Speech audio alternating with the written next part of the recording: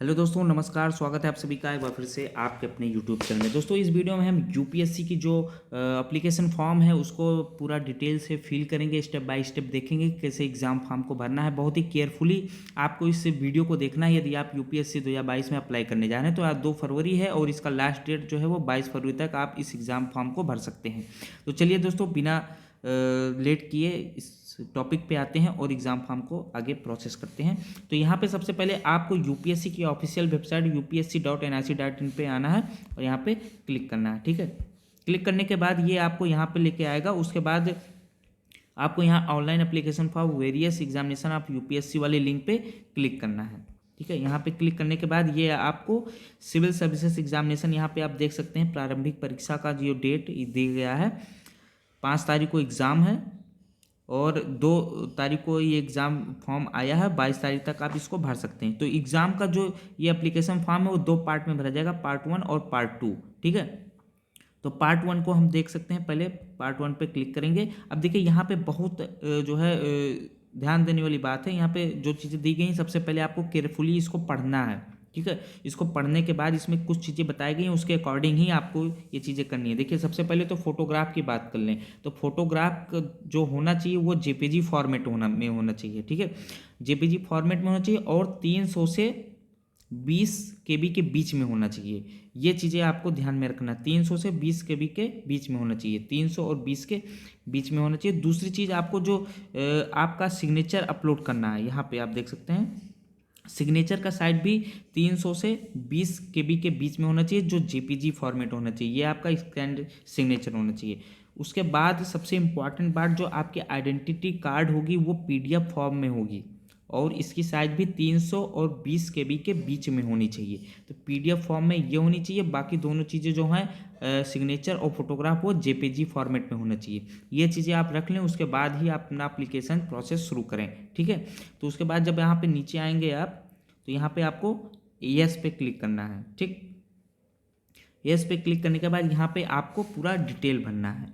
तो चलिए डिटेल इनका भरते हैं और देखते हैं पूरा एप्लीकेशन फॉर्म। पूरा वीडियो आप ज़रूर देखें दोस्तों। ये हो गया, इनका नाम हो गया और यहाँ पे जो नाम है वो हाई स्कूल के मार्कशीट के अकॉर्डिंग ही आपको भरना है। जेंडर, डेट ऑफ बर्थ मांग रहा है यहाँ पे 20, जो भी इनका डेट ऑफ बर्थ है वो भर देते हैं।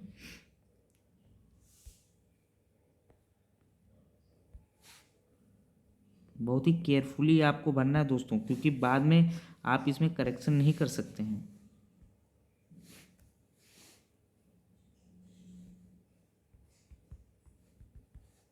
इनके फादर का नाम भर देते हैं, उसके बाद मदर का नाम भरना है।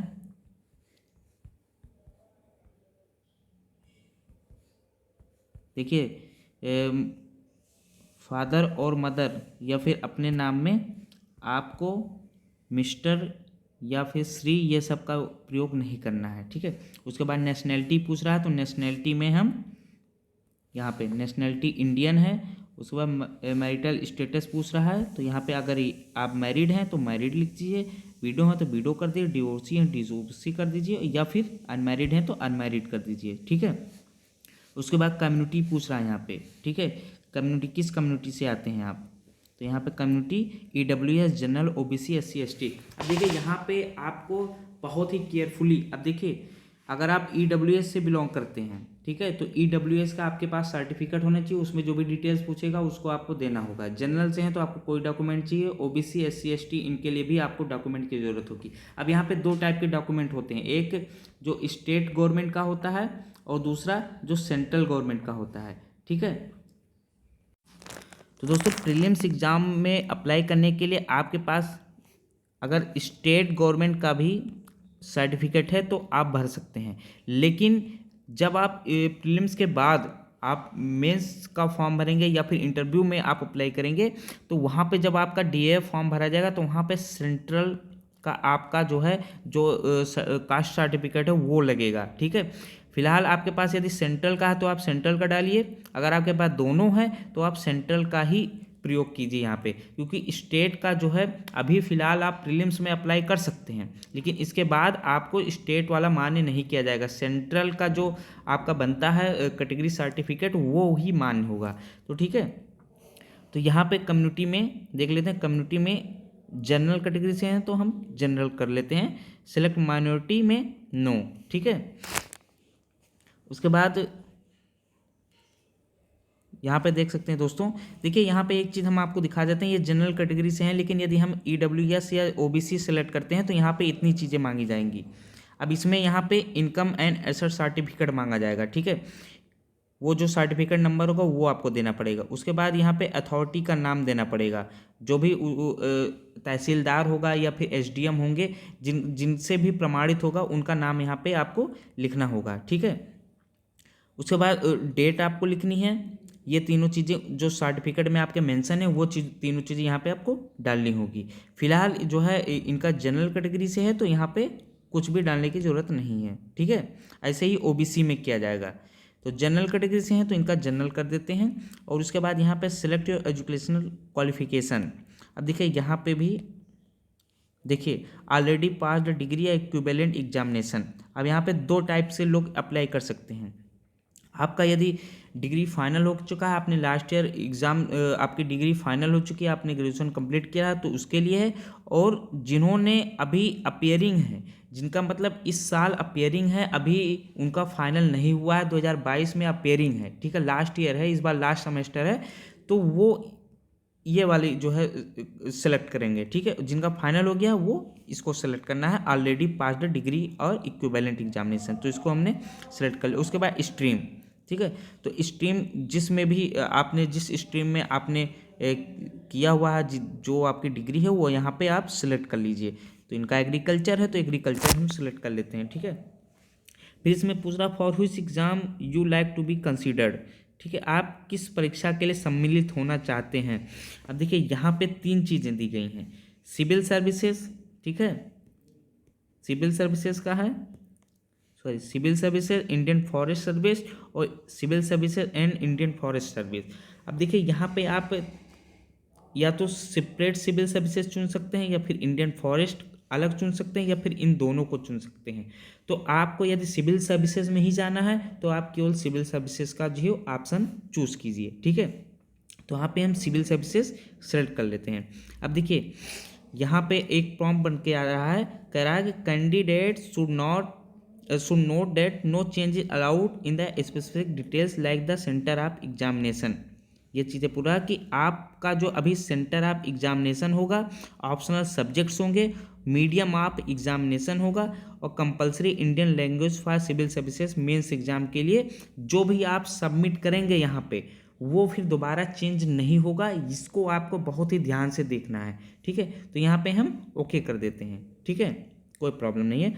फिर यहाँ पे हमको एड्रेस फिल करना है, जो भी एड्रेस होगा उसको हम यहाँ पे फिल कर देते हैं। ठीक है, अब यहाँ पे दोस्तों हमने पूरी डिटेल्स फिल कर ली है। यहाँ पे एड्रेस अपना फिल कर लिया है। ठीक है, पिन कोड डाल दिया है, मोबाइल नंबर, और यहाँ पे एक वैलिड ईमेल आईडी आपको डालनी होगी जो कि आपको लॉगिन करने में उसके बाद काम आएगा। ठीक है, तो इसको वैलिड ईमेल आईडी आप डालिए, किसी का भी हो, मतलब अपना हो और वैलिड होना चाहिए, ताकि लॉगिन करने जब आप भी कभी लॉगिन करेंगे तो इसी का उपयोग करेंगे। ठीक है, तो ये हमने पूरी डिटेल जो है फिल कर ली यहाँ पे। अब यहाँ पे कंटिन्यू हम करते हैं। ठीक है, कंटिन्यू करते हैं तो यहाँ पे अब देखिए क्लेमिंग एज रिलैक्सेशन। अब यहाँ पे एक ऑप्शन आ रहा है कि यदि आप एज रिलैक्सेशन में छूट चाहते हैं तो आप यहाँ पे क्लिक कीजिए। ठीक है, अब हम क्योंकि हम जनरल कैटेगरी से आते हैं तो हमें एज रिलैक्सेशन का कोई मतलब नहीं है, या फिर कोई एक्स सर्विसेज में नहीं थे तो हमें एज रिलैक्सेशन नहीं मिलेगा, इसलिए यहाँ पे हम नो करके कंटिन्यू कर लेते हैं। ठीक है, तो यहाँ पे आपको फ़ोटो आइडेंटिटी कार्ड की ज़रूरत होगी। अब देखिए यहाँ पे हम सेकंड पेज पे आ गए हैं। ठीक है, फ़ोटो आइडेंटिटी कार्ड, यहाँ पे जो भी डिटेल्स हैं यहाँ पे हमको अपलोड करना होगा। ठीक है, उससे पहले मैं आपको बता दूं दोस्तों, जहाँ पे हमने एज रिलैक्सेशन की बात की थी, यदि आप OBC कैटेगरी से हैं तो आपको जो है एज रिलैक्सेशन खुद मिल जाएगा। लेकिन आप यदि एज रिलैक्सेशन मतलब जनरल कैटेगरी से जो बिलोंग करता है, अगर वो एक्स सर्विसेज में पहले रहा होगा या फिर आप वो PWBD का कैंडिडेट है तो वहाँ पे आप उसको मिल जाता है, या फिर कश्मीरी स्टूडेंट है तो उसको मिलता है। ठीक है, तो बाकी यदि आप EWS से हैं तो आपको एज रिलैक्सेशन नहीं मिलना है। OBC SC ST हैं तो आपको अपने आप मिल जाएगा, उसमें कोई भी दिक्कत वाली बात नहीं है। अब देखिए यहाँ पे फोटो आइडेंटिटी कार्ड यहाँ पे हमको अपलोड करना है, तो इसको फटाफट हम लोग अपलोड कर लेते हैं। यहाँ पे आधार कार्ड एक ऑप्शन है, यहाँ पे क्या क्या ऑप्शन वो देख लेते हैं। Aadhaar card, driving licence, PAN card, passport, photo ID issued by any central या स्टेट गवर्नमेंट, या फिर वोटर ID कार्ड। तो आपके पास जो भी डॉक्यूमेंट है उसको आप PDF बना करके यहाँ पे अपलोड कर सकते हैं। तो चलिए इसको हम अपलोड कर लेते हैं। तो यहाँ पे हमने आधार कार्ड सेलेक्ट कर लिया, उसके बाद यहाँ पे आधार कार्ड नंबर यहाँ पे हमको डालना होगा। ठीक है, तो आधार कार्ड नंबर डाल लेते हैं इनका।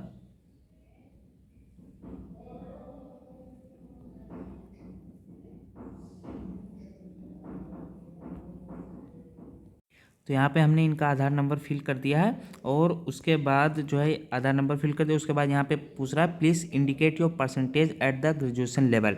आपके ग्रेजुएशन में जितने भी परसेंटेज आए थे वो यहाँ पे आपको डालना होगा। ठीक है, तो जितने भी मार्क्स रहे होंगे वो आपको यहाँ पे फिल करना है।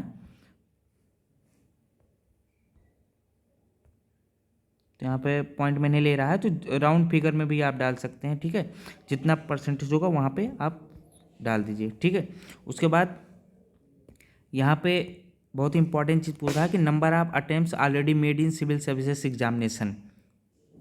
तो आपने यदि आप पहली बार फॉर्म भर रहे हैं तो यहाँ पे आपको 0 लिखना है।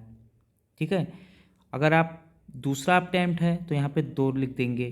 पहला अटेम्प्ट है सॉरी आपने दूसरी बार पेपर दे रहे हैं तो यहाँ पे आप 1 लिखना है। ठीक है, और आप तीसरी बार पेपर दे रहे हैं तो 2 बार लिखना है। यानी आपने ऑलरेडी 2 3 4 जितनी बार पेपर दे चुके हैं आप वहाँ पे नंबर लिखना है। ठीक है, तो यहाँ पे हम पहली बार भर रहे हैं तो यहाँ पे हम 0 लिखेंगे। ठीक है, फर्स्ट टाइम अप्लाई कर रहे हैं। अब यहाँ पे सबसे इम्पॉर्टेंट चीज़ दोस्तों, सेंटर, ये चीज़ें चेंज नहीं होने वाली हैं। इस चीज़ों को आपको ध्यान से, centre for civil services examination. ठीक है, तो यहाँ पे सेंटर आपको चूज करना है। ठीक, तो यहाँ पे सेंटर हम चूज कर लेते हैं, जो भी हमारे नज़दीक सेंटर होगा।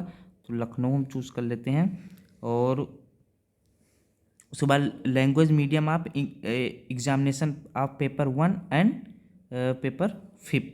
ठीक है, 1 to 5 का जो लैंग्वेज होगा वो कौन सा होगा, मेंस एग्ज़ाम के लिए पूछ रहा है यहाँ पे। ठीक है, तो यहाँ पे हम सिलेक्ट कर लेते हैं जो भी हमारा जिस लैंग्वेज में हम देना चाहते हैं। देखिए यहाँ पे कई सारी लैंग्वेज आती हैं, जिस लैंग्वेज में भी आप देना चाहते हैं वो आप चूज़ कर सकते हैं। ठीक है, हिंदी, कन्नड़, गुजराती, इंग्लिश, डोगरो, बोडो, कश्मीरी, तो कई सारी भाषाएं यहाँ पे हैं, वहाँ से आप चूज़ करते हैं। तो हमने इंग्लिश चेंज कर लिया। आप देखिए ये मेंस के लिए है, आपको बता दूँ सिविल सर्विसेज मेंस के लिए आप डिटेल फिल कर रहे हैं। सिविल सेवा मुख्य परीक्षा के लिए विशिष्ट विवरण। ठीक है, specific details for civil services mains examination, no change allowed in specific details. यहाँ पे कोई भी चेंज दोबारा नहीं हो पाएगा, इसलिए आप बहुत ही ध्यान से देखिएगा। तो फर्स्ट से लेकर के 5th पेपर तक के जो लैंग्वेज होगी वो इंग्लिश होगी, और जो optional subject for paper 6th and 7th के लिए वैकल्पिक विषय आपका क्या होगा वो आपको यहाँ पे चूज करना है। ठीक है, तो आपका जो भी ऑप्शनल सब्जेक्ट आप लेना चाहते हैं वो आप यहाँ पे डिसाइड कर लीजिए। ठीक है, तो हमारा जो ग्रेजुएशन में जो सब्जेक्ट था वही हमको लेना है, या फिर आप अदर सब्जेक्ट्स भी ले सकते हैं, जो भी आपको चाहिए वो आप ले सकते हैं यहाँ पे। ठीक है, तो एग्रीकल्चर हमने सेलेक्ट कर लिया। ठीक है, उसके बाद यहाँ पे एक चीज़ और पूछा, language medium of optional subject for paper 6 और 7th। अब देखिए यहाँ पे आप इंग्लिश में दे रहे हैं पेपर 1st से लेकर के 5th तक। उसके बाद इस सब्जेक्ट को आप मतलब ये जो ऑप्शनल सब्जेक्ट है इसका लैंग्वेज आप चेंज भी कर सकते हैं। ठीक है, तो यहाँ पे जो लैंग्वेज आप चूज करेंगे उसी लैंग्वेज में आपको पेपर देना होगा। तो यहाँ पे हमने इंग्लिश पहले से चूज कर रखा, तो यहाँ पे हमारे लिए केवल इंग्लिश ही आएगा। ठीक है, क्योंकि हमारा अगर लैंग्वेज यहाँ पे हम मीडियम पहले हिंदी या कुछ और चूज करते तो यहाँ पे हमारा ऑप्शनल लैंग्वेज बदल सकता था। अब यहाँ पे दूसरी चीज़ पूछ रहा है कि do you hail from Arunachal Pradesh, Manipur, Meghalaya, Mizoram या नागालैंड या सिक्किम। यहाँ से आप बिलोंग करते हैं? नहीं, तो हम नहीं बिलोंग करते हैं, तो यहाँ पे ऑप्शन नो सेलेक्ट कर लेंगे। ठीक है, अब यहाँ पे पूछ रहा है कि if no select the language for paper A. अब देखिए यहाँ पे जो कंपलसरी लैंग्वेज पेपर होता है, एक इंग्लिश होता है, दूसरा हिंदी होता है। तो इंग्लिश तो कंपलसरी होता है, दूसरी जो हिंदी का होता है, यानी ये पेपर ए है, ठीक है, ये पेपर ए और ये पेपर बी। तो ये कंपलसरी है और ये आप अपने अकॉर्डिंग चूज़ कर सकते हैं, ठीक है। तो ये अपने अकॉर्डिंग चूज़ करने के लिए यहाँ पे जो भी लैंग्वेज हो, आप जिस लैंग्वेज का पेपर देना चाहते हैं वो यहाँ पे आप चूज़ कर सकते हैं। तो हमें दूसरा जो ए चूज़ करना है वो हमें हिंदी चूज़ करना है, तो हम हिंदी लेंगे। लेकिन आप यदि गुजराती, मराठी या जो भी नेपाली ये भाषा चूज़ करना चाहते हैं तो इस लैंग्वेज का आप पेपर दे सकें। तो फिलहाल हमें हिंदी चूज़ करना है तो हम हिंदी चूज़ कर लेते हैं, उसके बाद कंटिन्यू करके आगे बढ़ जाते हैं, ठीक है। यहाँ पे इतनी सारी चीज़ें करनी। अब देखिए सेव कर लेते हैं। ये यहाँ पे आ गया है हमारा एक पूरा विवरण आ गया है कि जो भी चीज़ें यहाँ पे सारी आ गई हैं। अब यहाँ पे आपको कैप्चा फिल करना है। सबसे पहले तो ये देखिए यहाँ पे कैप्चा देना है, जो भी कैप्चा यहाँ पे, उसके बाद एग्री करके यहाँ पे आगे प्रोसीड कर देना है, ठीक है। तो यहाँ पे कैप्चा हम फिल कर लेते हैं, L261FM, ठीक है। तो यहाँ पे एग्री पे करके अब यहाँ पे बोल रहा है कि once you agree no changes will be permissible in part 1 registration of your application. तो आप ध्यान से एक बार देख के फिर यहाँ पे ओके करना है आपको, ताकि कोई भी गलती आगे सुधारी नहीं जाएगी। अब इसको आप यहाँ पे प्रिंट भी कर सकते हैं, ठीक है। तो आप यहाँ पे इसको प्रिंट कर लीजिए और उसके बाद यहीं से आप को एक ऑप्शन मिलेगा click here for part 2 registration. ये काफ़ी इंपॉर्टेंट है दोस्तों, यहीं पे सारे डॉक्यूमेंट्स अपलोड होंगे और पेमेंट होगा, ठीक है। तो यहाँ पे हम क्लिक कर देते हैं पार्ट 2 रजिस्ट्रेशन के लिए। अब देखिए यहाँ पे अब आपको रजिस्ट्रेशन आईडी और डेट ऑफ बर्थ यहाँ पे डालनी होगी जो आपने पहले में किया, ठीक है। तो आपको एक रजिस्ट्रेशन आईडी और मिल गई होगी, उसी को यहाँ पे आपको सबमिट करके आगे। तो दोस्तों यहाँ पे हम सिंपली से रजिस्ट्रेशन नंबर और डेट ऑफ बर्थ, उसके बाद जो है ये कैप्चा यहाँ पे डाल करके उसके बाद आगे सबमिट करके आगे बढ़ते हैं। तो चलिए दोस्तों आगे शुरू करते हैं।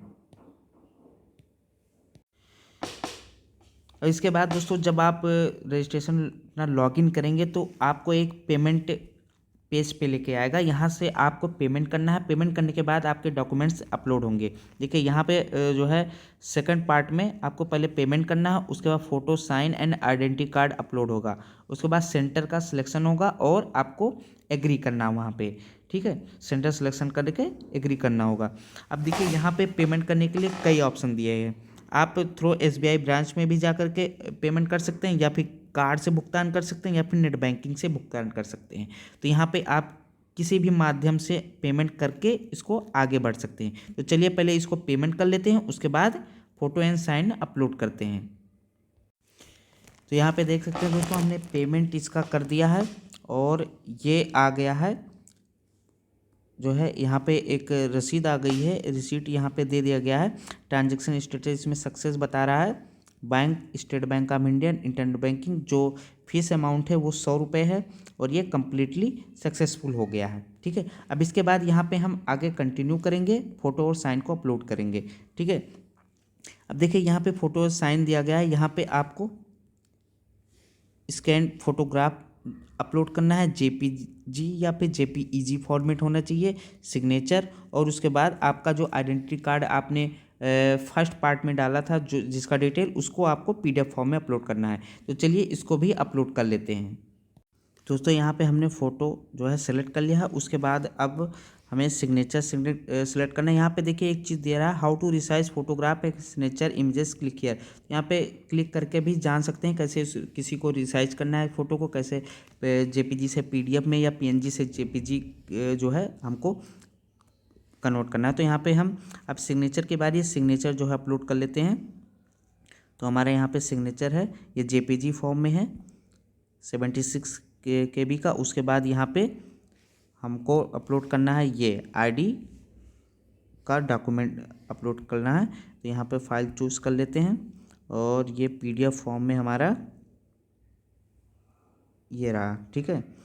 तो यहाँ पे सारी चीज़ें देखिए यहाँ पे ले ली गई हैं और इसको हम सिंपली से अब अपलोड पे क्लिक करके इसको अपलोड कर देते हैं, ठीक है।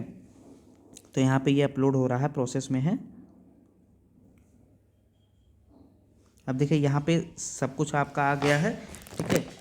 ये आपका फोटोग्राफ आ गया, यहाँ पे सिग्नेचर आ गया है, और ये आपका आ गया यहाँ पे क्या कहते हैं, आईडी प्रूफ, ठीक है, आइडेंटिटी कार्ड का आ गया यहाँ पे। अब अगर आपको सब सही लग रहा है, आप सेटिस्फाइड है, यहाँ पे आपके फ़ोटो जो भी सब कुछ क्लियर आ रहा है, तो यहाँ पे आप सिंपली इसको कंटिन्यू करके आगे बढ़ सकते हैं यहाँ से, ठीक है।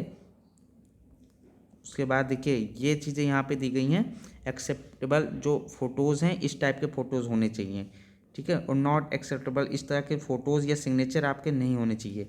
देख लीजिए यहाँ पे दिखाया गया है यूपीएससी की वेबसाइट पे, इस टाइप से आप अपलोड नहीं कर सकते, इस टाइप से नहीं होना चाहिए, ये नहीं होनी चाहिए, इस टाइप से नहीं होनी चाहिए, ये इस टाइप से होना चाहिए, ठीक है। ये सारी चीज़ें एक्सेप्टेबल हैं, ये नॉट एक्सेप्टेबल हैं। तो यहाँ पे देख लीजिए जो हमने फ़ोटोग्राफ अपलोड किया है, ये एक सादे पेज पे साइन करके अपलोड किया है, फ़ोटो भी है, ठीक है, उसके बाद डॉक्यूमेंट है, ठीक है। तो इस तरह से आपको अपलोड करना है ये चीज़ें। उसके बाद यहाँ पे सिंपली हम कंटिन्यू पे क्लिक करके आगे बढ़ जाते हैं।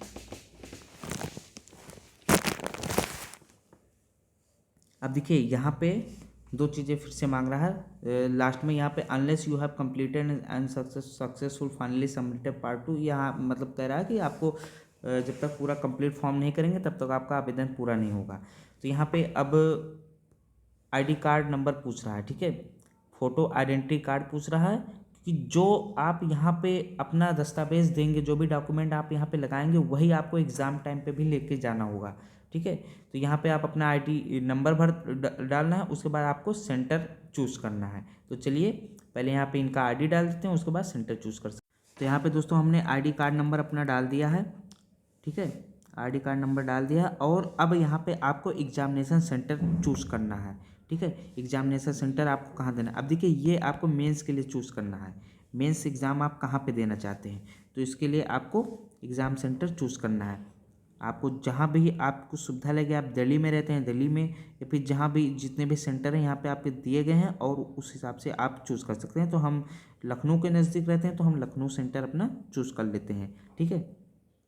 उसके बाद यहाँ पे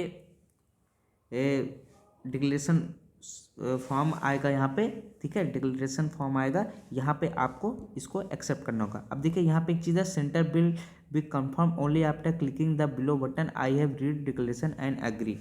आप इसको जो है यहाँ पे क्लिक कर देंगे तो ये सेंटर आपका कंफर्म हो जाएगा, उसके बाद ये सेंटर बदला नहीं जाएगा, ये आप ध्यान रखिएगा, ठीक है। तो यहाँ पे हम इस पर क्लिक कर देते हैं, फाइनल सबमिट हो जाएगा ये, ठीक है। इसके बाद आपको कुछ नहीं करना है। उसके बाद आपको यदि इसका प्रिंट देखना है तो यहाँ पे व्यू प्रिंट पे एप्लीकेशन पे आप इसको क्लिक करके इसको देख सकते हैं।